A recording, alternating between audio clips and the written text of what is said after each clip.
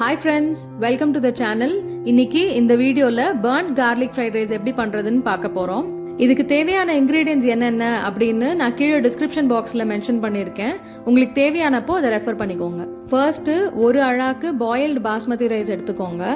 நீங்க ஃப்ரைட் ரைஸ்க்கு எப்பவுமே பாஸ்மதி ரைஸை வடிச்சிங்கன்னா தான் உங்களுக்கு நல்லா உதிரியாக கிடைக்கும் ரைஸ்.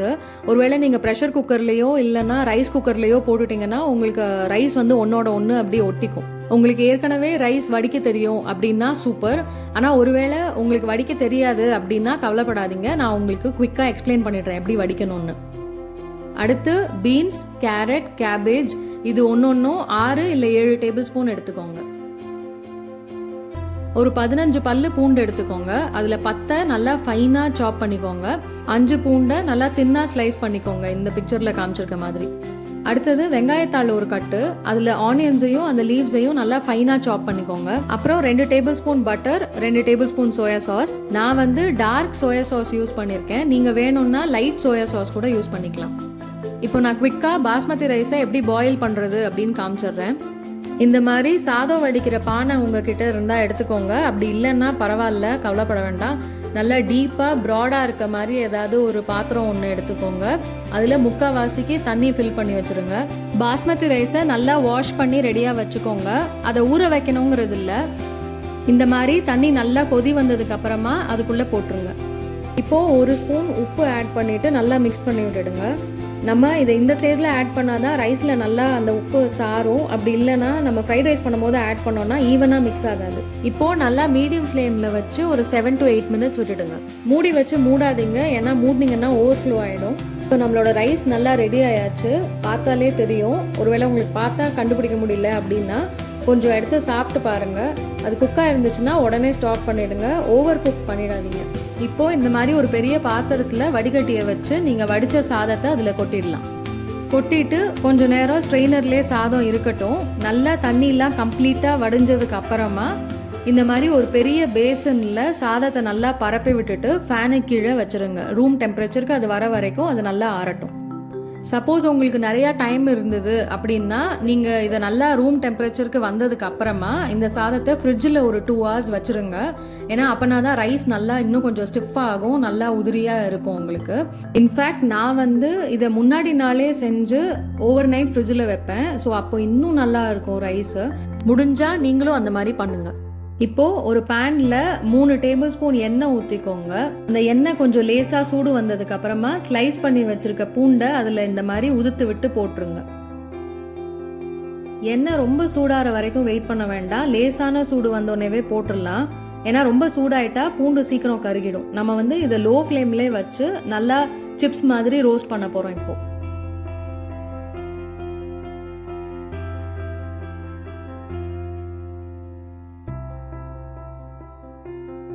நல்லா லோ ஃப்ளேம்லேயே வச்சு இந்த மாதிரி வதக்கிட்டே இருங்க. கொஞ்சம் ஹை ஃப்ளேம் வச்சிங்கன்னா கூட சீக்கிரம் பேர்ன் ஆகிடும். பூண்டு வந்து பேர்ன் ஆனால் அப்புறம் ரொம்ப கசக்க ஆரம்பிச்சிடும். இப்போ நல்லா கோல்டன் ப்ரௌன் ஆயாச்சு. இந்த மாதிரி ஸ்டேஜில் நம்ம அதை எடுத்துடலாம்.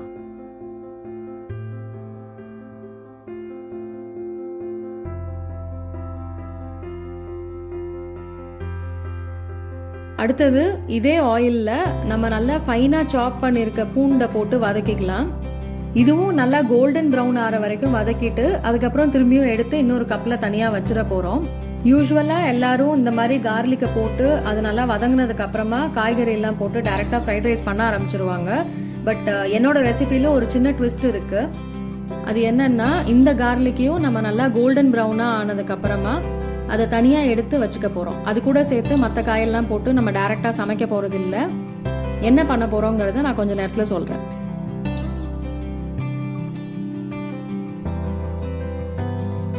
இப்போ நல்லா கோல்டன் ப்ரௌன் ஆயாச்சு.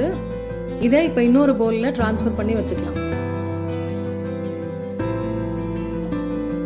இப்போ அந்த பேனில் மிச்சம் இருக்க ஆயிலில் ஒரு வடிகட்டி வச்சு நல்லா வடிகட்டி, கொஞ்சம் கூட கார்லிக் அதில் இல்லாதபடிக்கு நல்லா வடிகட்டி அந்த ஆயிலை மட்டும் எடுத்துக்கோங்க.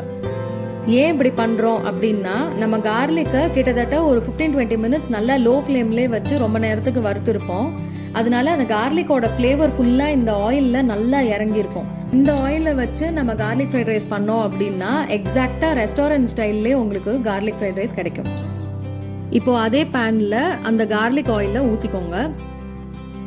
அது கூடவே நம்ம எடுத்து வச்சிருக்க 2 டேபிள் ஸ்பூன் பட்டரை ஊற்றிக்கோங்க. இதுக்கப்புறம் நம்ம வெஜிடபிள்ஸ்லாம் போட்டு வதக்க போகிறோம். ஸோ அதனால நல்லா ஹை ஃப்ளேம்லேயே வச்சு பண்ணுங்க. ஏன்னா அப்போ தான் வெஜிடபிள்ஸ்லாம் நல்லா க்ரன்ச்சியாக இருக்கும். எண்ணெயும் பட்டரும் நல்லா ஹீட் ஆயாச்சு. இப்போது ஸ்ப்ரிங் ஆனியன்ஸை போட்டுடலாம். இது ஹை ஃப்ளேமில் இருக்கனால கான்ஸ்டண்ட்டாக கைவிடாமல் கிண்டிகிட்டே இருங்க, இல்லைன்னா பேர்ன் ஆகிடும். ஆனியன்ஸ் நல்லா வதங்கியாச்சு. இப்போது பீன்ஸை போட்டுடலாம். இது கூடவே காய்க்கு தேவையான அளவு உப்பு போட்டுக்கோங்க. நம்ம ரைஸில் ஏற்கனவே போட்டிருக்கோம், அதனால அதுக்கேற்ற மாதிரி காய்க்கு தேவையான அளவு மட்டும் உப்பு போட்டுக்கோங்க. பீன்ஸ் பாதி குக் ஆனோடனே கேரட்டை போட்டுடலாம்.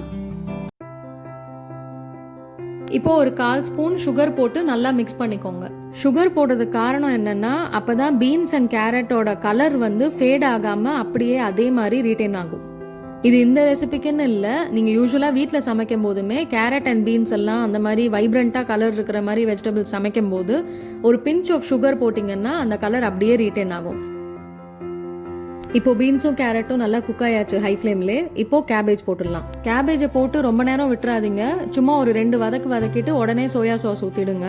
ரொம்ப நேரம் விட்டிங்கன்னா அது சாகி ஆகிடும். அப்புறம் நம்ம சாப்பிடும்போது அது க்ரன்ச்சியாக இருக்காது.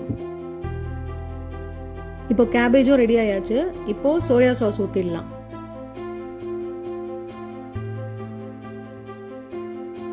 சோயா சாஸ் ஊற்றி நல்லா மிக்ஸ் பண்ணி விட்டுட்டு அதுக்கப்புறமா இந்த ரோஸ்ட் பண்ணி வச்சிருக்க பூண்டை எடுத்து அது மேலே அப்படி தூவி விட்டுடுங்க.